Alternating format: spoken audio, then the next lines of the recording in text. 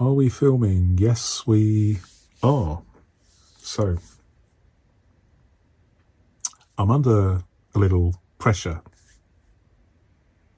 from my grandchildren to recount some more memories from life. And I'm happy for others to sort of drop in as well. Today I'm going to talk about something called the Camden pint. Camden in London. It's a kind of cosmopolitan,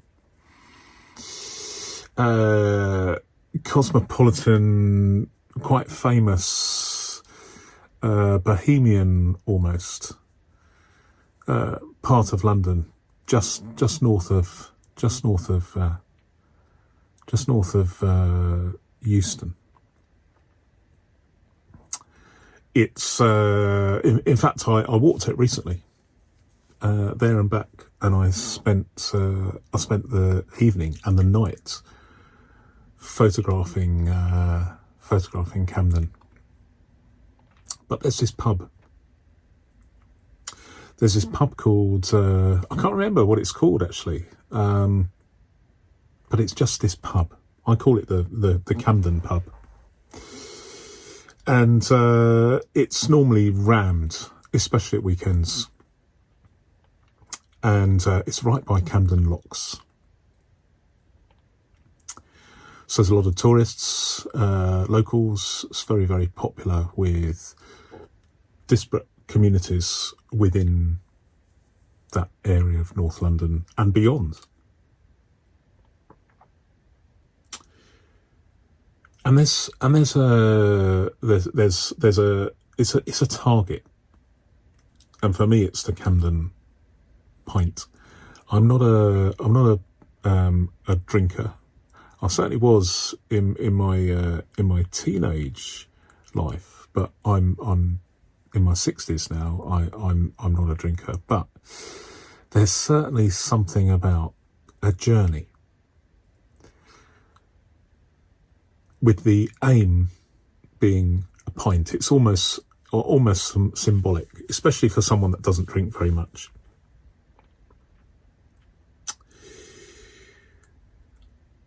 And it's almost like a pilgrimage, if you like, and an excuse to get out on my, in this case, bike rather than walk.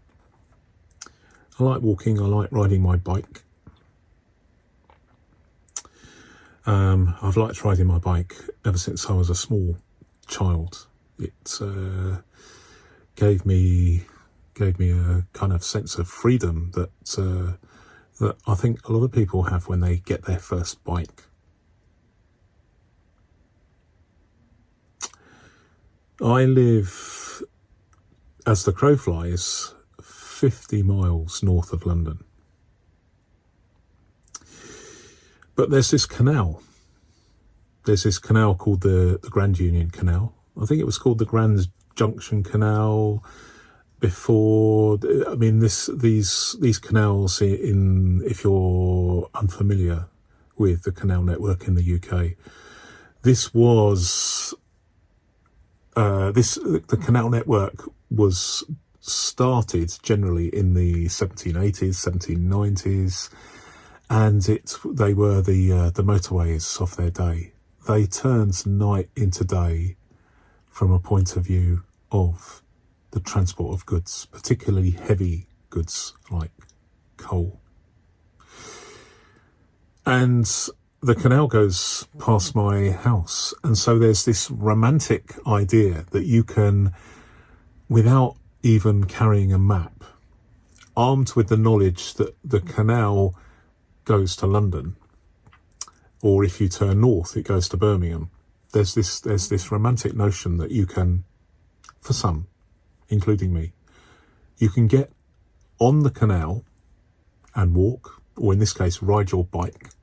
And so long as you keep riding, you will get to the city of London. To get to Camden, you have to ride along a few streets because there is a tunnel that you cannot travel through on a bike. So you have to go overland, over the top of the tunnel, and then drop down. And then you find yourself going past the outskirts of Regent's Park and London Zoo. And then finally you are in Camden. And you get off your bike and you have your pint of beer. And then you ride back again. And it's a tall order. So I've done this journey many times. Sometimes I have tended to cycle down there. And it's not, canals are not, the canals don't travel in a straight line. They meander following the contours of the countryside to minimise the number of locks that need to be built to raise and lower the level of the canal to match the topography of the land.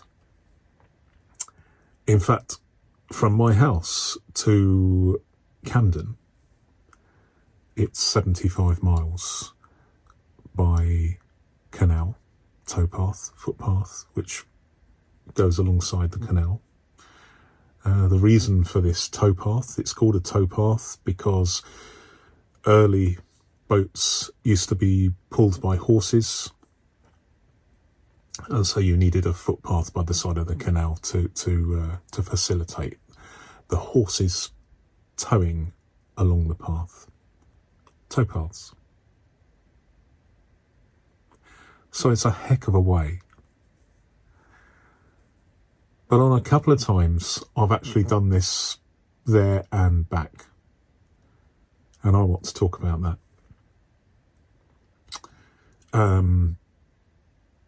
It's quite a long way. 150 miles, maybe a little more, perhaps. And it's harder on a towpath because it's not super smooth tarmac all the way. There are ruts, there are bumps and lumps and potholes, and there are people that you have to be careful of and be respectful of. There are fishermen with their fishing rods laying against the towpath, and you have to be respectful of fishermen who generally don't like having to move their rods, but it is a free country, and the towpath is free for all.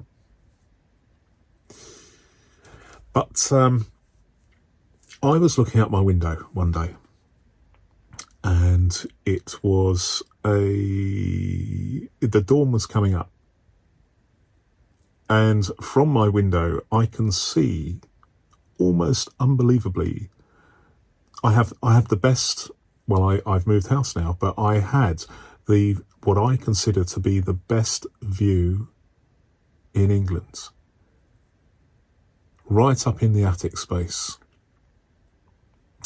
I could survey no fewer than 7 churches from my living room window, and quite often I would cook a breakfast, and I had a table by the window, and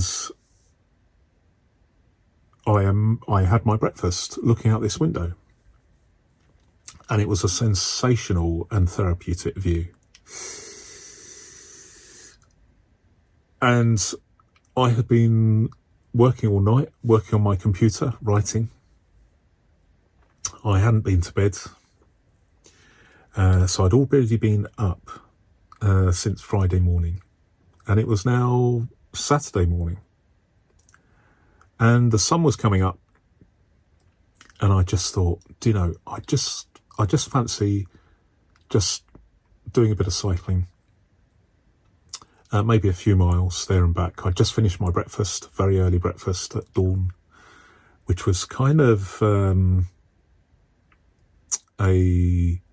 it was a probably, I mean, when you're self-employed, and you are working to your own schedule, then sometimes you don't conform to the normal convention and going to bed in the evening and then waking up in the morning. You just do your own thing, and I find that I tend not to keep conventional hours. Sometimes I will work late. Sometimes I will be working at 4 a.m. and get up early.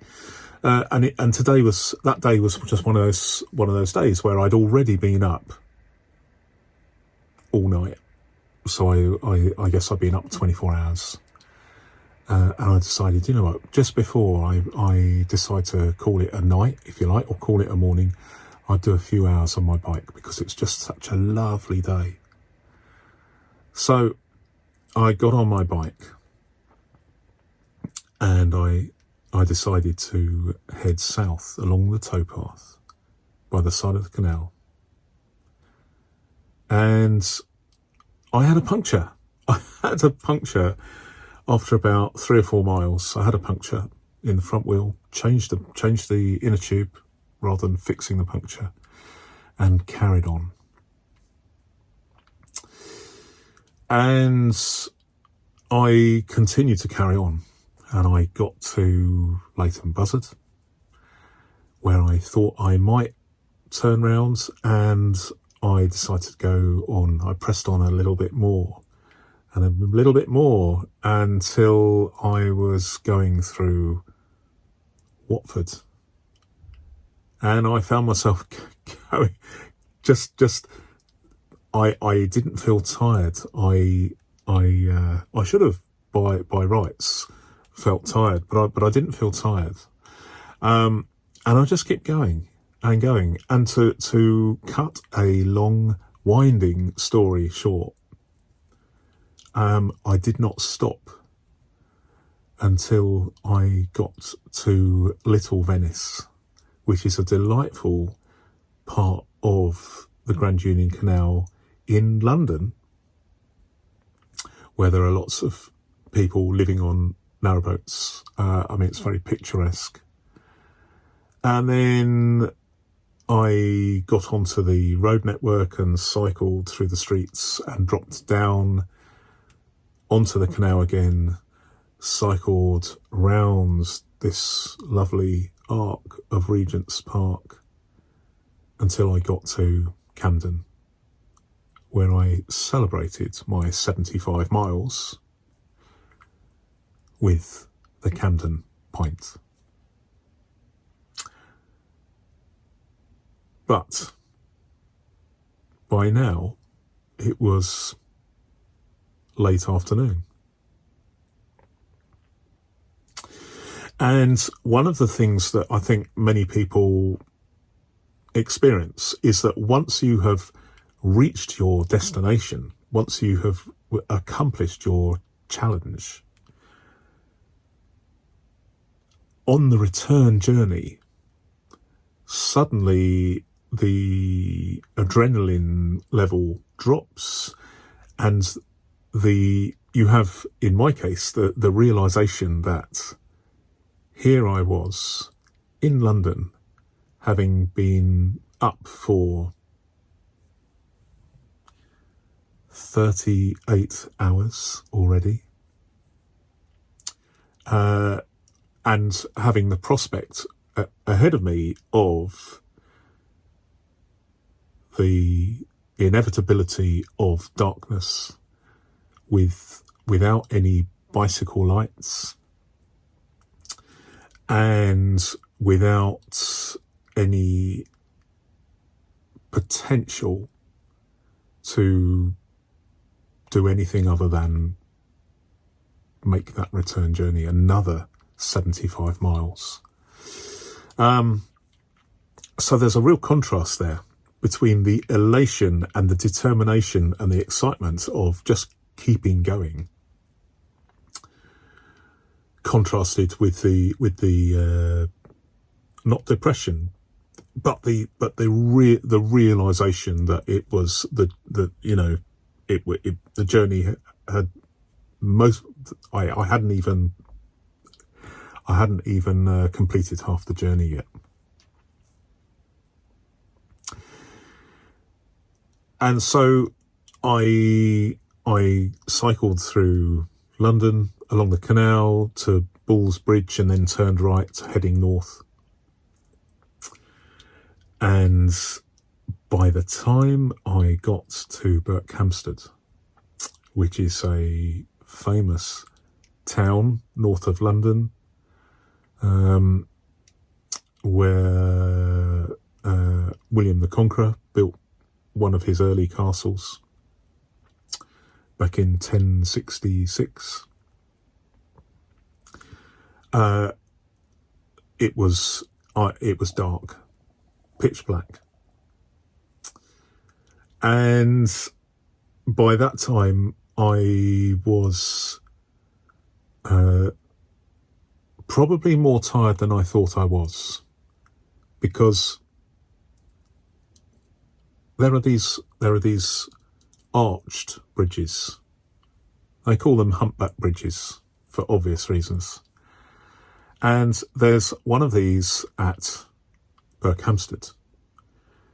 And these humpback bridges encompass not only the canal, but also the towpath. And I now remember sitting on a bench and nearly falling asleep. And it was intensely cold because I was just riding in a shirt, just a simple cotton shirt. I had no jacket because I wasn't. When I started out, it was lovely and warm. There was no intention of cycling all the way down to London, and it was really cold. I sat down, and the only thing that was keeping me warm was the fact that I was expending energy cycling. But now I was drifting off, and the temperature, because there was a clear sky, it was falling rapidly, potentially dangerously. So there's nothing quite like the risk of falling asleep when temperatures are dropping dangerously low to motivate you into staying awake. And so I got up after about half an hour of just drifting with the 1,000-yard stare, and you're in that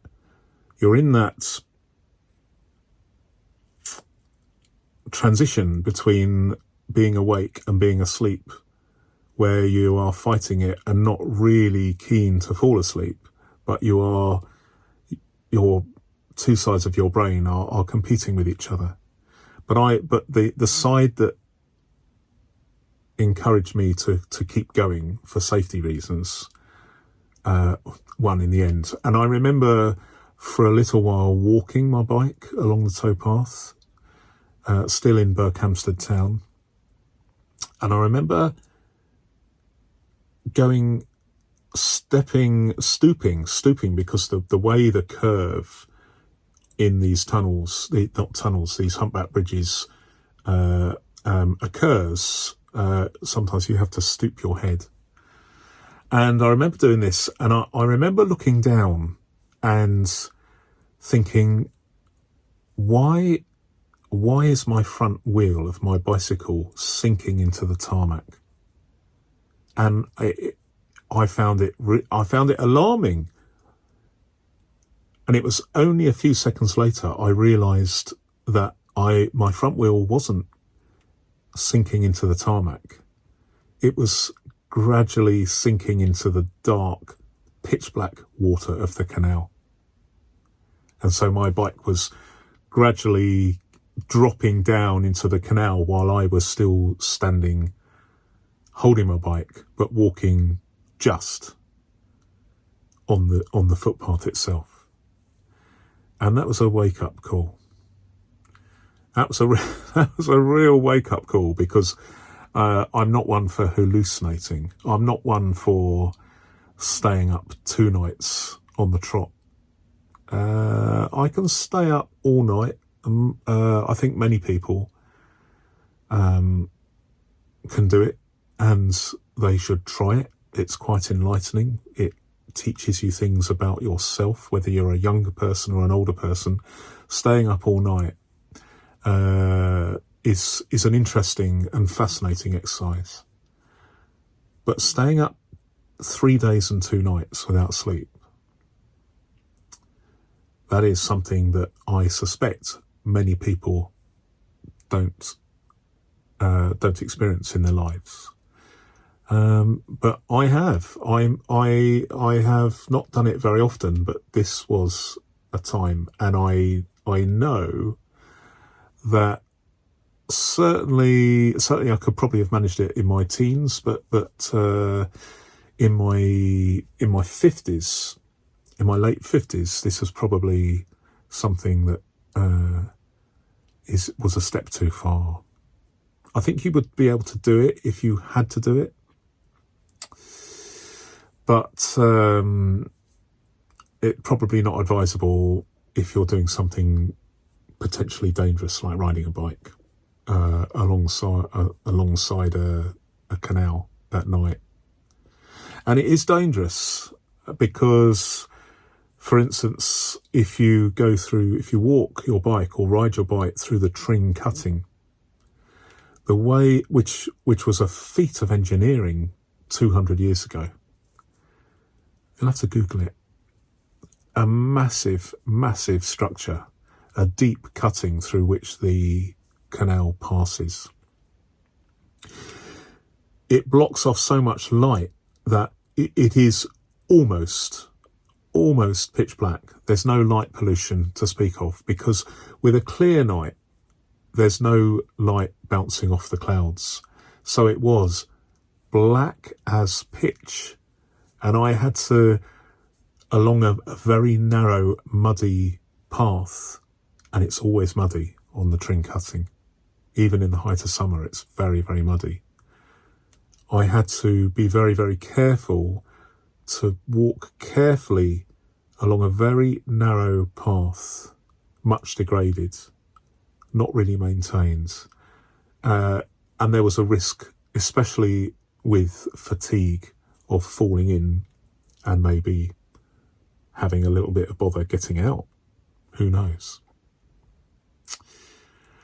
After that, I wouldn't say it's plain sailing, but as you get closer to home, with maybe just another 3 hours cycling to go, it becomes a little easier, and as you get closer to your destination, some element of that adrenaline kicks in again. And of course, as dawn breaks, so you get a natural boost as the blood sugar rises, and you have that natural energy that your brain tells your system to utilize, which I guess is a genetic thing. And I got back. I got back safely. No more punctures, no mechanicals. I didn't eat anything because I basically just fell asleep. I think I slept for about 12 hours or something. But I'll always remember the time that, rather than just cycle along the canal to London and get the train back, I did it and then decided to ride all the way back again.